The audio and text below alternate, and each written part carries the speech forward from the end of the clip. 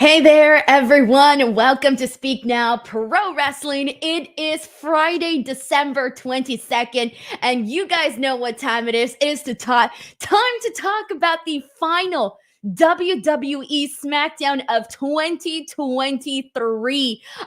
This is kind of wild, guys. Like, we're getting there towards the end of the entire year. But what we had today was a pretty damn good episode of SmackDown. There was a lot to get excited about. We got to see some really great stuff with Roman Reigns, LA Knight, AJ Styles, Randy Orton. We also got some new surprises added to Santos Escobar and his whole new stable that we're going to be talking about in just a second. And we also got some really good women's wrestling here tonight. It was overall a pretty damn solid show. Probably one of my favorites of the week. I thought this was a really good episode of SmackDown. But before we get to all of that, I just want to remind you guys that if you haven't already, make sure to subscribe here to the channel, or if you're listening to the audio versions, make sure to click that follow on this podcast feed. So there has been so much content going up here right now on this channel. It's kind of crazy. I dropped an interview with Mace. I did an AEW WWE trivia game show. I did 12 wrestling predictions for 2024 with Sean Ross Sapp. And then I did top 10 AEW 2023 matches with Righteous Reg. And I'm pretty sure I'm forgetting so many other stuffs. I have interviews with Dave LaGreca, Ethan Page. There's so much happening here, and there's going to be a lot more coming next week. And I still got Collision Review coming up this weekend. So there really is a lot. I want to start things off by giving a shout out to Sheldon Jackson for hooking us up here with 10 DWO memberships. So thank you so much to Sheldon for getting the party started here today. Of course, if you guys want to help support this podcast, or if you just want to get your questions or comments or statements read here on the show, you are more than welcome at any point to send in a super chat. And it really does help out this channel a whole lot, and also gets your opinion heard here on the stream. So a lot of good stuff. All right, let's get to it. I want to start off with the main event angle that we saw, which was everything that involved AJ Styles, Randy Orton, Roman Reigns, all of these guys, because if you guys were here about like maybe 2 weeks or so ago on the SmackDown podcast, the first thing that I said was that I feel that the main event scene on SmackDown has gotten really damn good, because literally just with the return of Randy Orton and AJ Styles, it has added so much to the show. And the fact that these two guys, plus LA Knight, who's one of the most popular acts right now in WWE, when you have all of these guys going after Roman Reigns, I feel like it really makes things just feel a lot more big time. And on top of that, I wasn't even expecting to see Roman Reigns here tonight on this show for some reason. Maybe I was just like so used to not seeing Roman. I really wasn't even expecting to see him on the show today. So when we did have a lot to do with Roman here tonight, I thought, damn, it almost feels like there's more reasons for Roman to be appearing on screen, because there was a period of time where there was not really a lot of guys that there were for Roman Reigns to actually be in a program with. Like, aside from LA Knight, he had already either wrestled whoever else was even up there in terms of facing Roman Reigns. And if not, then there were just no other options. And so right now, it's finally starting to feel like there are more options for Roman Reigns, thus making the main event title picture just feel a lot more grand. So anyways, we got some good stuff from this. And the good stuff that we got about this is point blank, AJ Styles goes out there. He's all moody. He's got the messy hair all up on his face. He's got the dark clothes. He's got the coat on. He's looking like a moody MFer, man. Like, he's looking like he doesn't want anybody to mess with him. And he's coming for Roman Reigns. Like, Roman Reigns is the only person that he has in his sights. And so he goes out there. He's talking about that, but he's interrupted by Randy Orton and by LA Knight. And it's just clear all of these guys want Roman Reigns. And Nick Aldis, who has honestly done a really good job at being a general manager, came out here and made it freaking simple. And made it simple for the wrestlers and made it entertaining for the fans because he set up a match that we're going to be seeing in 2 weeks on what they're calling SmackDown. What are they calling it? SmackDown New Year's Resolutions. SmackDown New Year's Revolution, excuse me. I always do that. I always mix up revolution and resolution. Wait, yes, I always mess those words up, but it's SmackDown New Year's Revolution, and that's what we're going to be seeing in 2 weeks. And in 2 weeks, we're going to be seeing a triple threat match, and it's simple. Whoever wins this match is going to go on to face Roman Reigns at the Royal Rumble. So I absolutely love that they went about it that way, because it gives us something to look forward for the first SmackDown of 2024.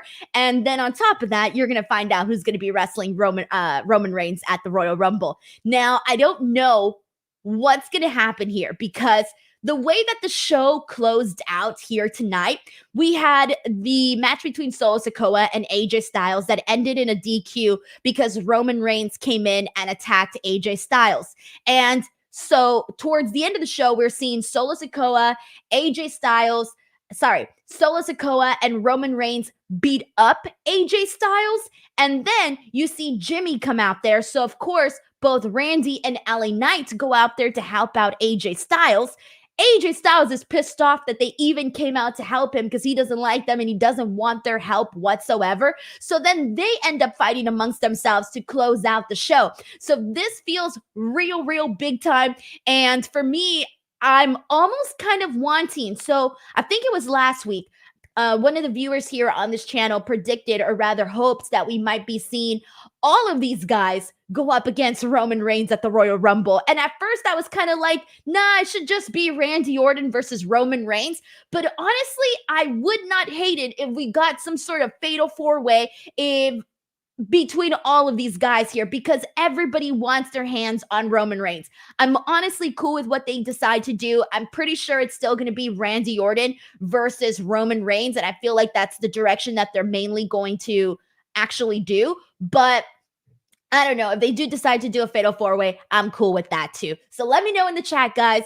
What do you think? Do you think we're going to be seeing Randy Orton versus Roman Reigns and maybe AJ Styles, LA Knight instead over at the Rumble? Or do you think that they've done enough so that, I don't know, some crazy shenanigans happens next week and all of a sudden we end up with a fatal four-way at the Royal Rumble? So throw in your comments. Let's see what you, the people, have to say.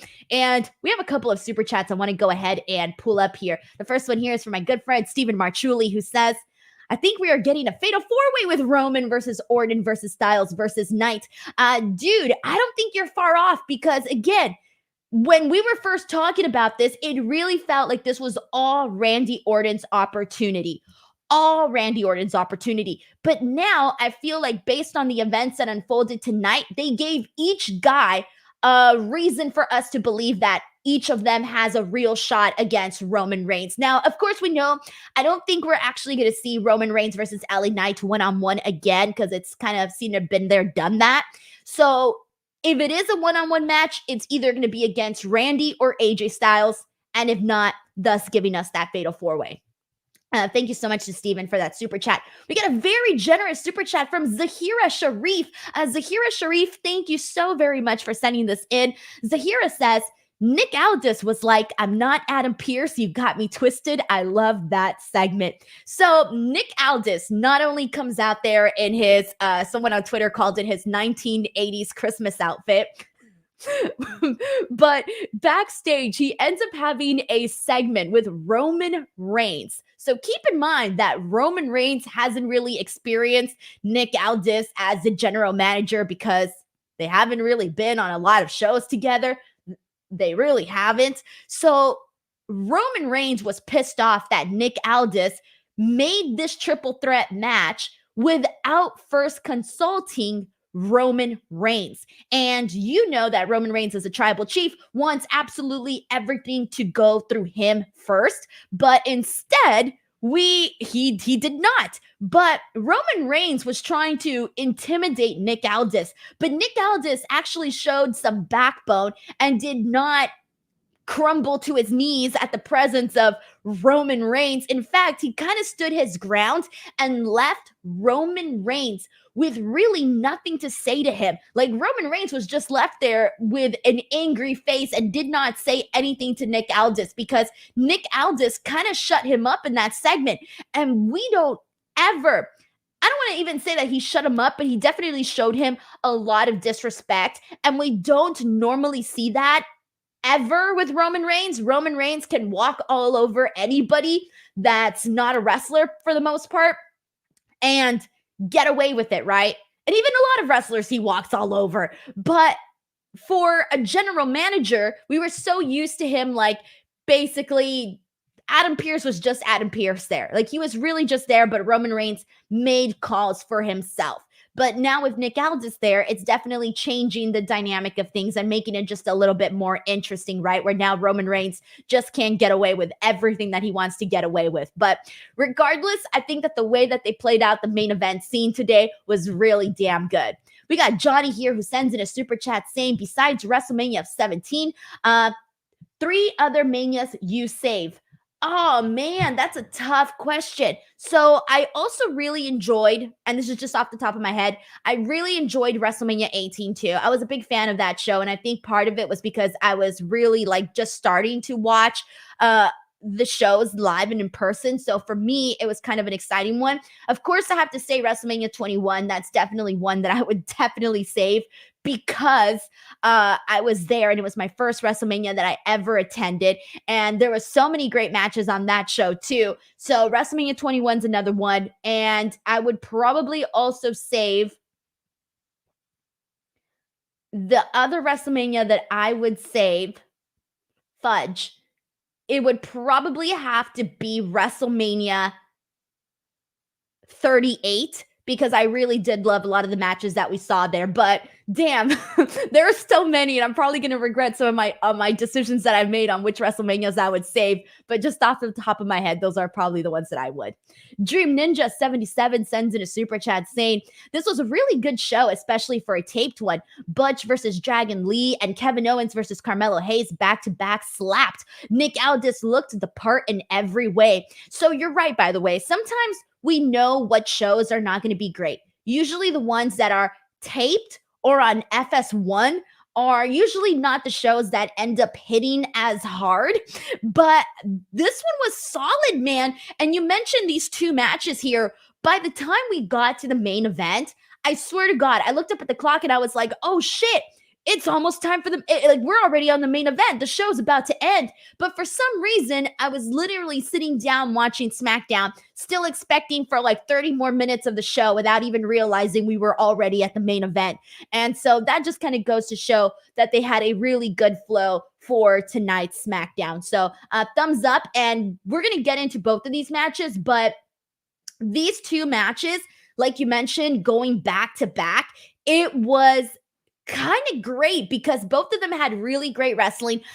For me, of course, Butch Dragon Lee was definitely match of the night. That one just slapped a little extra harder, but I don't want that to take away from Carmelo and Kevin Owens, because that was still really good. And we'll talk more about those in just a second. Gabriel Salazar says, are you going to WrestleMania 40? Yes, I definitely am. So I've actually been to multiple WrestleManias now, but in terms of as a media member, I've been covering WrestleMania as a media member since WrestleMania 34. And I think the only ones I skipped were obviously 36 because of COVID, and then 37. Those were the only 2 that I missed, but every single one I've been doing as a media member since WrestleMania 34. And then prior to that, I also went to WrestleMania 21, WrestleMania 36, WrestleMania 31, and WrestleMania 32. So I make sure to go to WrestleMania weekend a whole lot, even before I was doing media, because I genuinely think that it's one of the best weeks ever, because not only do you get obviously the grandeur of being there at a WrestleMania show, but you also get to go to all of the indies, all of the different things that they do, like Access. And of course, it changes every year. They do something a little bit different, but overall, you still get like a huge amount of pro wrestling in one week. And it's kind of like the week to go. So if you've ever been curious to attend a WrestleMania week, man, it's worth it. I know it costs a lot of money. You just got to save, and hopefully, trust me, I used to do it all the time. I used to freaking save my money just so that I can go to a show. Now it's a little bit different, right? Because now I'm going as a media member, so it's a little different. But if you can, it's definitely something that I would put down as a bucket list if you haven't gone yet to a WrestleMania weekend. It's a very great experience. Mr. Twilly sends in a super chat saying, I'm pumped. The witches are back. Their finishers look so sick. So, Mr. Twilly, you bring this up, so let's get to it. Another match that I want to make sure we highlight today, because this was a very fun match, was the Holiday Havoc 8-women tag team match that we saw.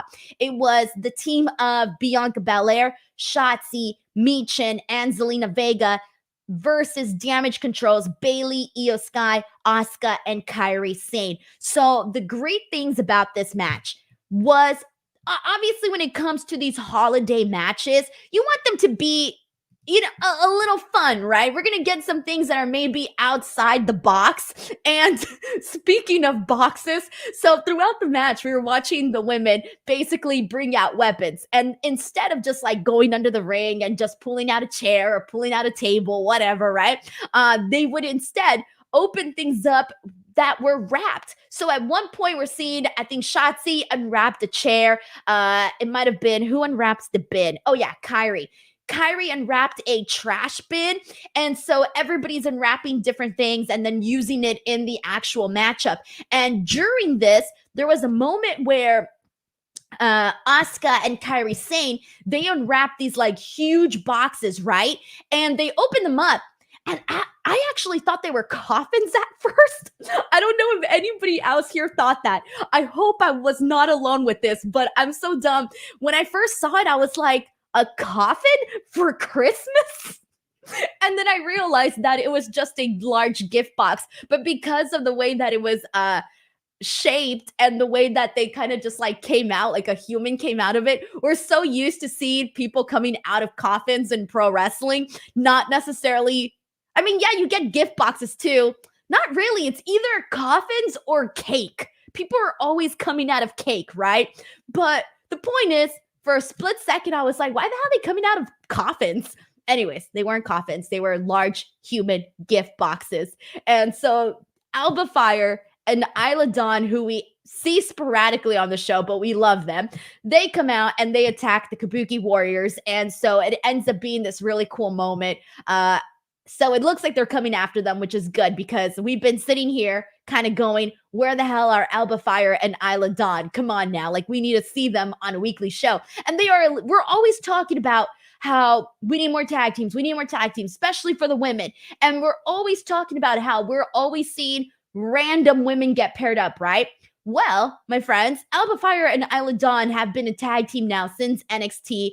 And so they're an actual tag team now. So we definitely want to see them. They're a cool act. They're unique and they have a lot of charisma. So I'm excited to see what more they do with Alba Fire and Isla Dawn. And from the looks of it, they're coming after the Kabuki Warriors. So that should definitely be fun. But pretty much like throughout this match, we saw some really great spots. I mentioned earlier Kairi Sane in that trash bin.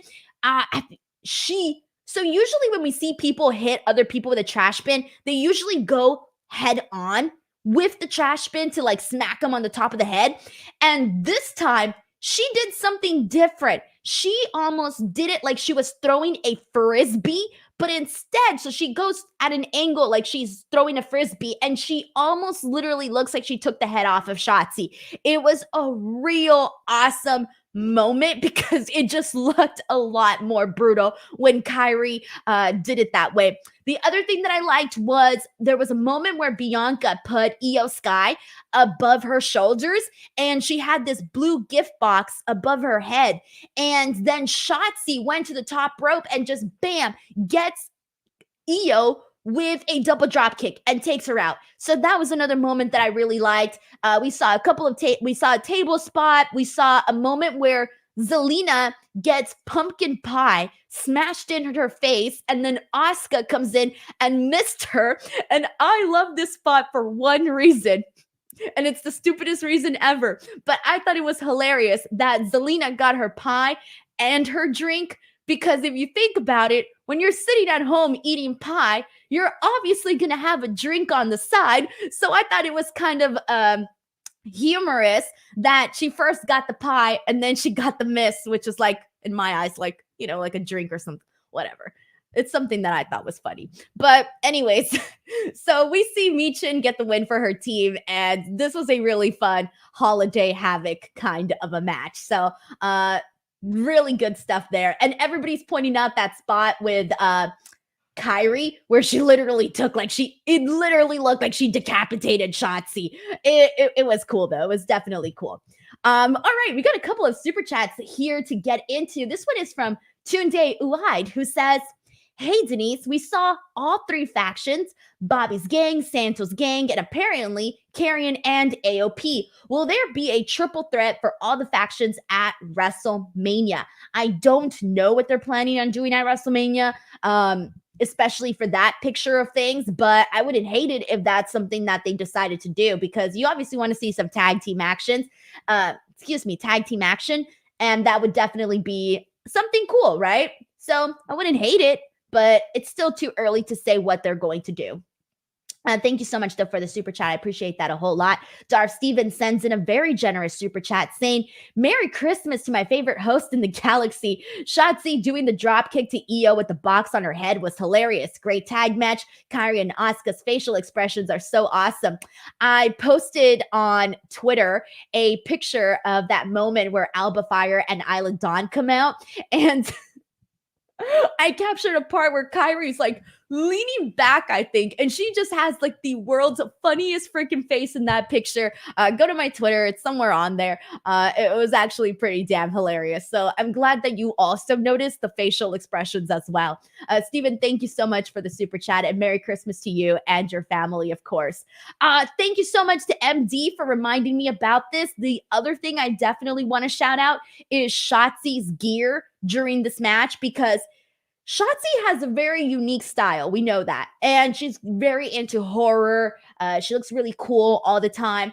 But this one, the gear that she wore tonight, was my favorite that she's ever worn. Hands freaking down. It was all black, but she had like little red roses throughout her entire gear. I mean, this was Phantom of the Opera vibes. Phantom of the Opera meets Gothic vibes. I don't know.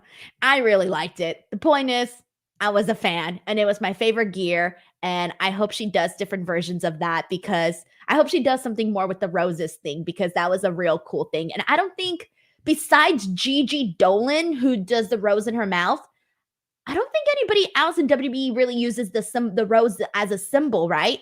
Unless I'm forgetting somebody. If I am, please remind me. But those are the first two things that come to mind. And I feel like that could be like a fun little, it's like Bianca Belair. She has her little lips that she always puts on everything. It's her thing, the little lips. Trinity in WWE, not in WWE, in Impact, she has the stars, and she's always putting stars everywhere. Little things like that, you start to associate with the person. So I think that could be kind of cool. Thank you so much to MD for reminding me of that. And Stephen Marchuli says, "Karrion Kross's promo made his past feuds more meaningful. Merry Swissmas." So Karrion Kross had another promo today, and in this promo, it was basically him mentioning his prior feuds that he's had and interactions, like with the Bloodline, and then feuds with Drew McIntyre, Rey Mysterio, Shinsuke Nakamura. And the reason that this was actually cool was that he tied it into what they're doing right now. And he was almost making it seem like he was the reason as to why. He's not technically the reason as to why, but just for the sake of this promo, I'll buy it. So for that reason, I thought it was pretty all right. They're asking us if we're going to see the Vision. And Scarlett, she does this like big scream at the end. It was not bad. Honestly, it was not bad. And it looks like we're getting closer to something real different being done with Karrion Kross. So thank you so much to Stephen Marchuli for also sending this in. I also did not get to mention the part about Michin earlier, and somebody just brought it up in the chat. And when we're talking about AJ Styles, we had this situation where he was backstage with the OC and with Michin, and they asked him, like, hey, man, are we cool? Like, we haven't heard from you. And it does not look like they're going to be moving further together in the future. And on top of that, Michin was there hugging AJ Styles, and AJ literally just like took her hands off of him, and he didn't care. Like, he did not show any love to any of his former friends. So it looks like that's pretty much over with, which I kind of feel bad though, because I don't know what they're going to do with the OC without AJ Styles. And Michin, obviously it's different. I feel like they will find something for her. Obviously she was part of this match earlier today with the Holiday Havoc, but I do worry about the OC because I have a feeling, I don't know, it's just not, they haven't always used them that well. And so I worry that without AJ Styles in the picture that we're probably not going to be seeing too much of them. I hope I'm wrong, because I would love to see more of them on the show, but it's just a matter of will they? We will see. We will definitely see. All right. So, and we got everybody out here pointing out some of the same things that we were talking about last week with Laurice Johnson saying we got the lone wolf, AJ Styles, and Ender Buckley says they left him hanging, which is why he got hurt. Mia ain't in the wrong, but good bros got to make it right. Hey, you're probably seeing it the way that AJ Styles might be seeing it. Dominic Carranza says, I'm hoping that even though the OC split, that Michin gets something to do in the women's division. Yeah, I do think that she'll be all right. Honestly, I do think Michin will be pretty all right, but it did help that she was in the group because it made her look extra cool because she's out there hanging out with the dudes, just not, she was part of a stable that was cool, and you don't get to see that often for the women. So I did like what that did for Michin, but now it's like, we only got so much from that, but I think she'll be all right though. I really do think so. All right, let's go ahead and continue on with this. So we got a couple more things to get into, of course.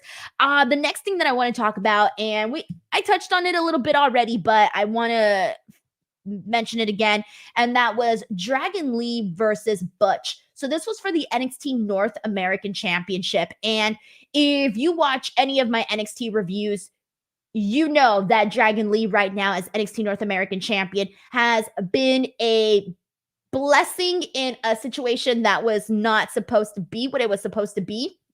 You guys know that Wesley, unfortunately, is out due to a back injury, and he's going to be gone for a while. And so they had to basically put Dragon Lee into this match against Dominic Mysterio at Deadline. He wins the title, and clearly they didn't have any actual plans for Dragon Lee, considering that he was a replacement in this match. So what they've been doing on NXT is he's been having all of these open challenges, and he's been going out there and having some incredible matches the last few weeks, the last 2 weeks over on NXT. So now we're on the SmackDown side of things. He has this match with Butch, and this was by far the match of the night, guys. And keep in mind that I just talked a little bit about his NXT, what we've been seeing, but even before he became NXT North American Champion, he was having a lot of really good matches also on SmackDown. So now it really seems like the stars are starting to align for Dragon Lee. So this match was cool. They're going out there, busting out all of these suplexes with one another. At one point, Dragon Lee hits a sit-down powerbomb on Butch, and Butch kicks out of that. We see a bitter end countered into a destroyer. And then finally, we end up seeing Dragon Lee pick up the win. They shake hands afterwards. These are two guys. So Dragon Lee, he's looking like he's getting a little bit of a push, right? Right now, Butch, to me, has always felt like they could be doing a lot more with him. I really wish that he would just go back to Pete Dunne, but it's fine. I'll get used to Butch at some point. But I really do think that he does not get the credit that he deserves, because I've said this a million freaking times, but anytime he's like in there, whether it's a 6-man or usually like these multi-men type of matches, he's always the one that you really see going at 100. If another guy is going at 100, freaking Butch is going at 110. What I'm saying is that he's always just doing more. He's always going that extra mile, and you can tell when he's in the ring. You can see it. And so I feel like we don't shout out Butch enough, and so he needs to get a nice push on SmackDown, because I really do think that he's somebody that is a little bit underrated and should not be. We got a super chat here from Tunde Ed, who says, Io is the champ. Why does she get pinned at times? I feel like, and I have felt this for a while now, since even God before, I always feel like they leave Io out, even though they don't really present her as like this super ultra dominant champion. And that's been like my one little tiny issue, because if they did, I think people would be a lot more, I don't know how to explain it, but you would feel a lot stronger, I think, about Io, because anytime she's in there, she has some great moments and matches, but they need to present her as a better champion, though. That's the one thing I wish that they did with Io, and I've been saying this for a long time already, so it's really nothing new. The good thing that they have going right now, though, is that Damage Control is super hot, and people are interested in the story. Thank you so much to Tunde Ued for sending in that super chat. We got Ebony Prince, who's a DWO member, says, Happy holiday, Denise, and everyone. Love your podcast. Thank you so very much. I appreciate that. It's weird, but like, I can't even believe it's like Christmas this week. What the hell? It's kind of weird. I work tomorrow, and then the next day I'm going over to my grandma's house. We're going to start making tamales, and then literally that night, we're going to be celebrating, since we celebrate on Christmas Eve. And then for Christmas Day, I'm planning on doing absolutely nothing.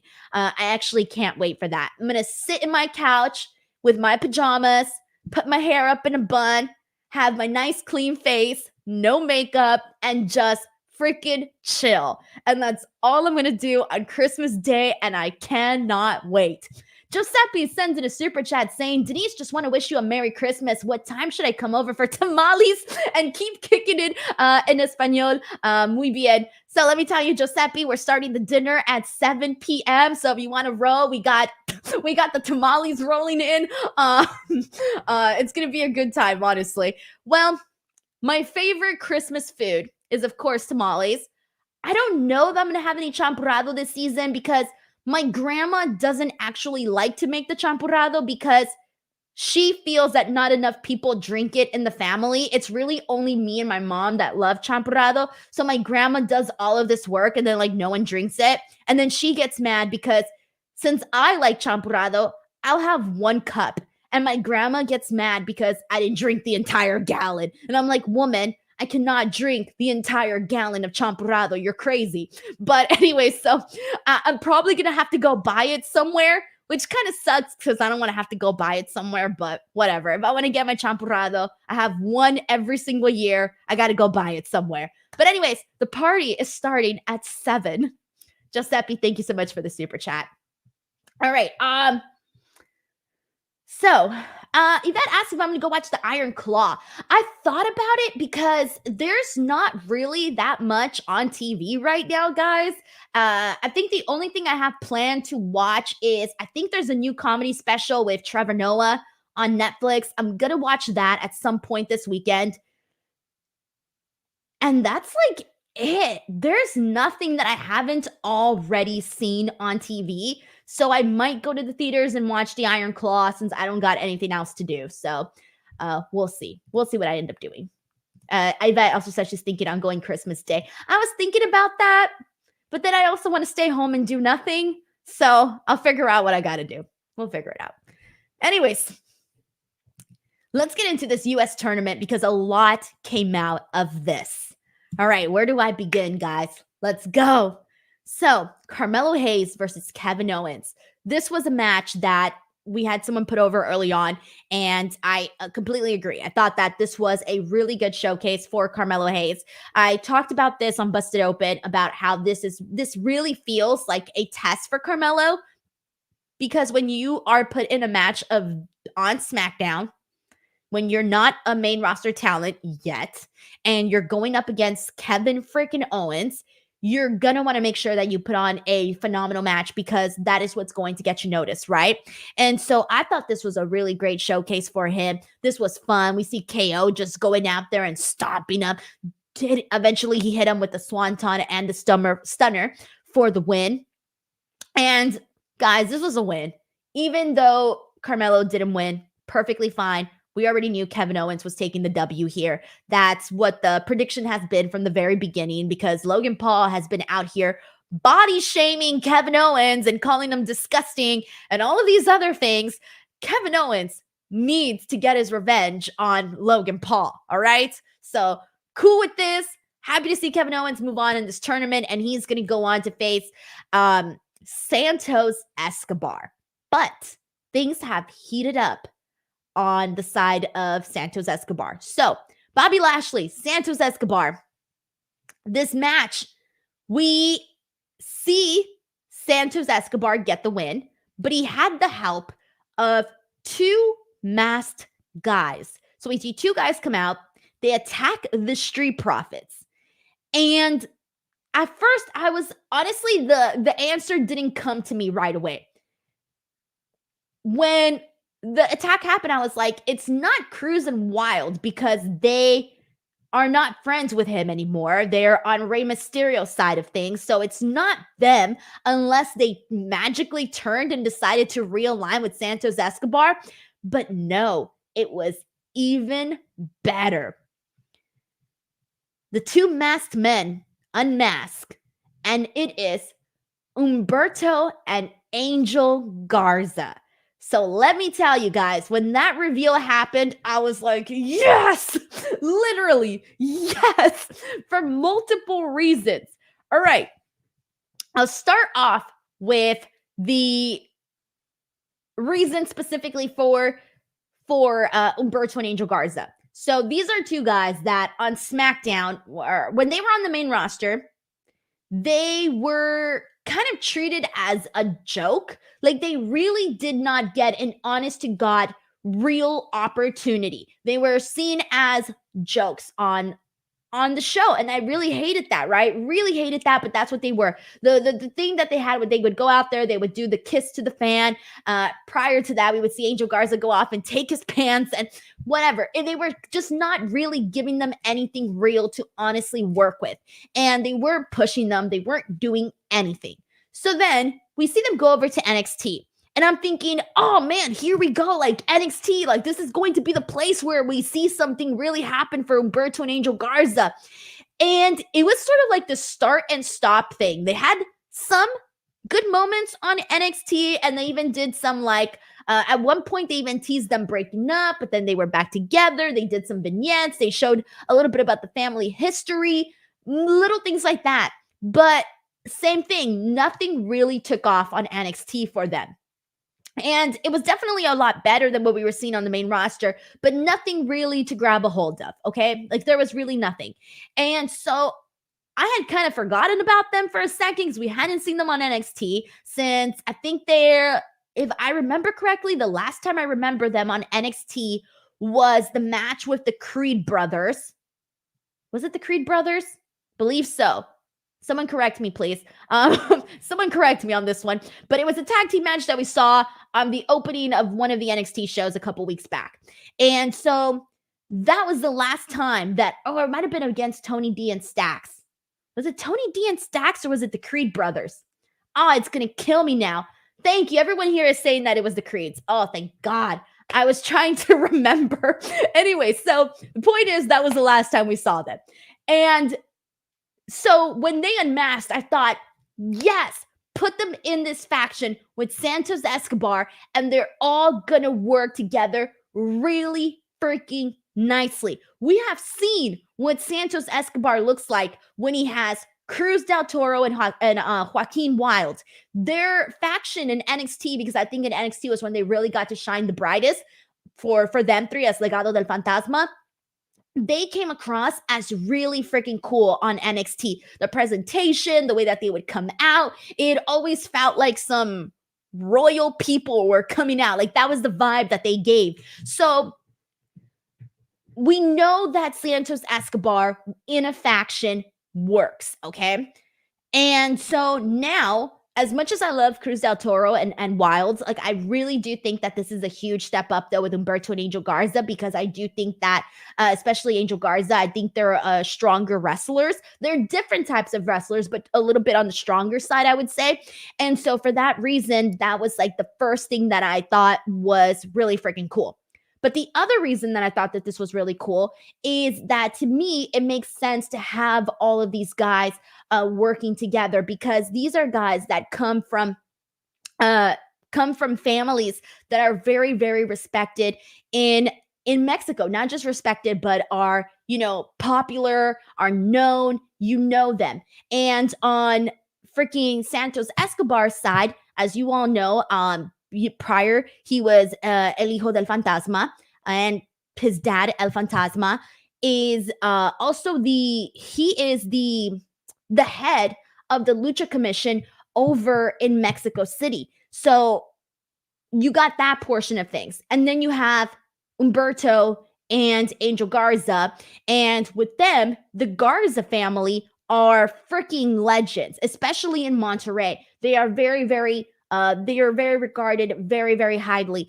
And their uncle, Hector Garza, was also the co-founder of Los Perros del Mal. So they were always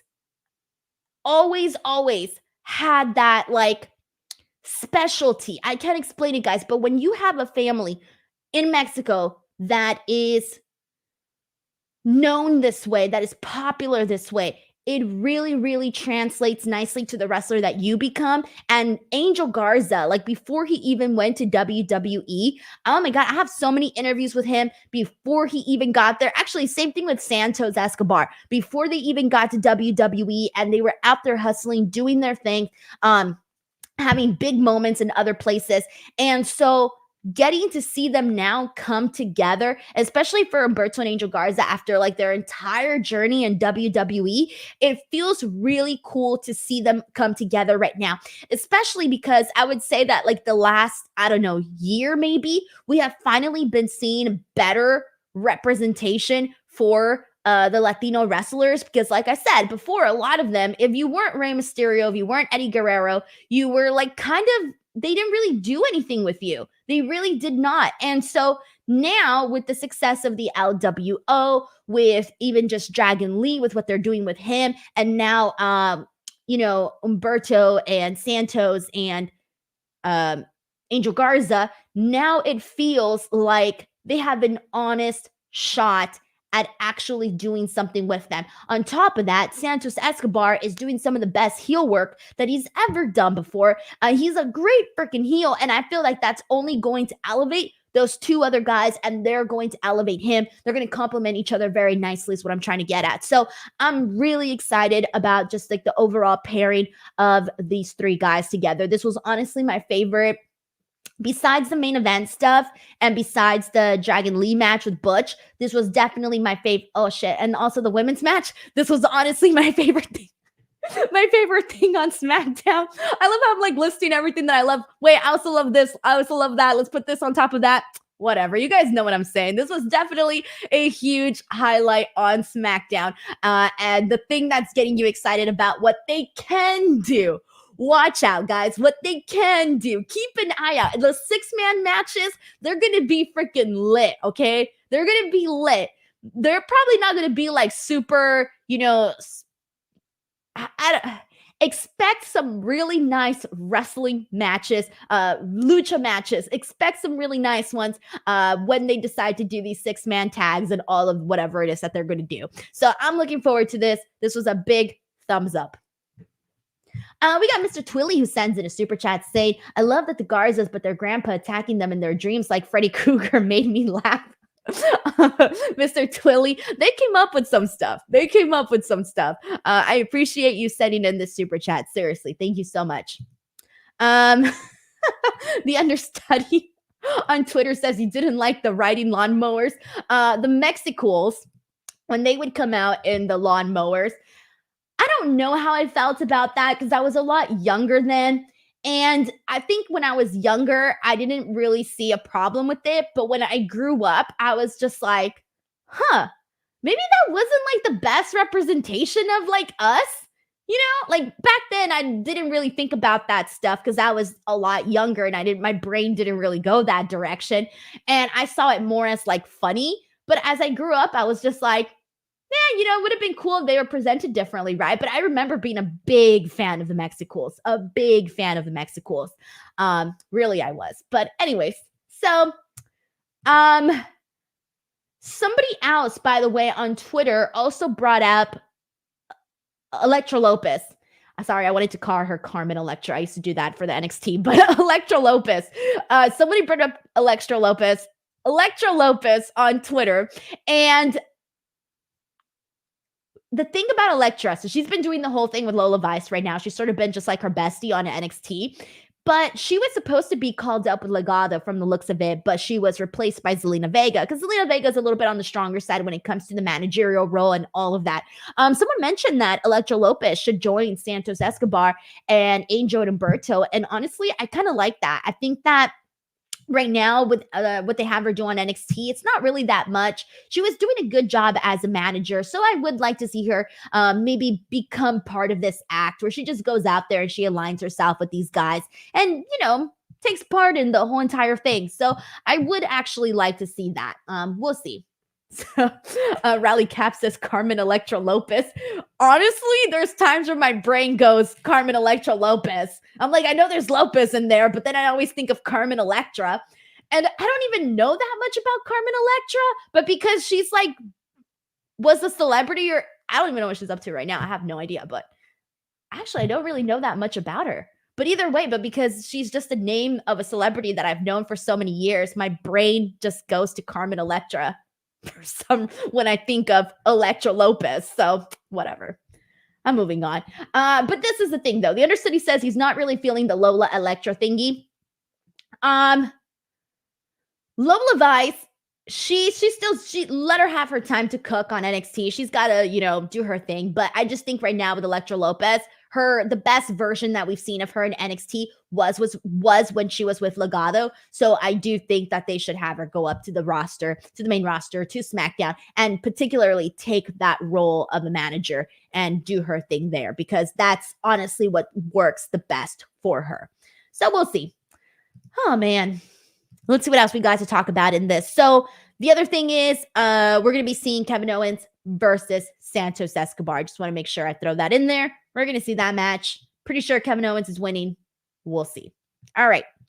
Oh, snap. That's it, guys. I covered everything from SmackDown. That is what we're going to be seeing.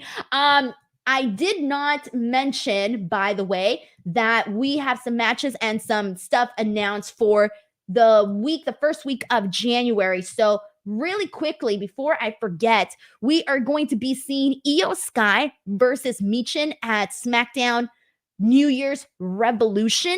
So we're going to be seeing that match. We're also going to be seeing the triple threat match with AJ Styles, Randy Orton, and LA Knight. I mentioned that earlier. And then we're also going to be seeing Santos Escobar versus Kevin Owens. Those are the matches that they announced. All right, cool.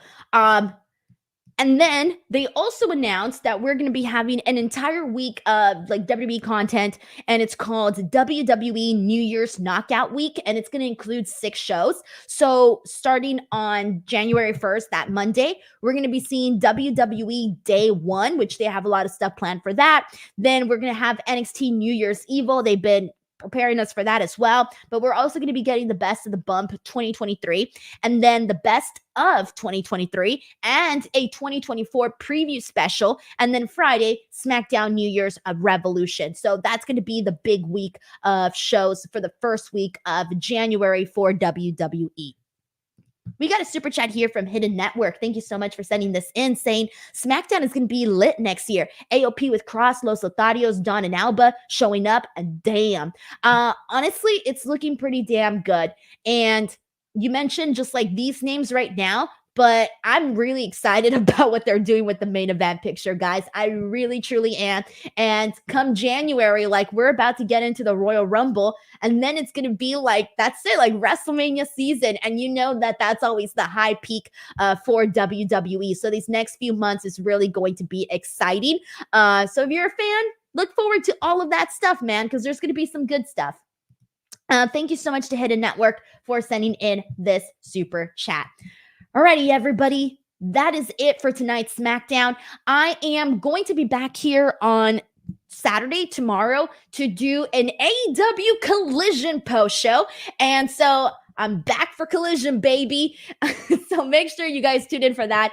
If you guys want to talk about Collision, that's what I will be doing. And then next week, I will be back to cover NXT and AEW. Of course, there will be no SmackDown post show because there's going to be, I'm assuming, like probably a best of episode. They didn't really say, but I'm assuming we're not getting an actual SmackDown episode. So for that reason, don't expect a show for that day. But I have so much content going up. I have a lot of interviews lined up for next week. So there's still going to be a ton of stuff happening on the channel. And there's already a ton of stuff up right now. Alrighty, everyone, thank you so much, and I will catch you guys back here for Collision tomorrow. And if you enjoyed this podcast, please do not forget to head on over to Apple Podcasts or Spotify and leave a review. Thank you guys so much. Catch you all on the next one. Bye.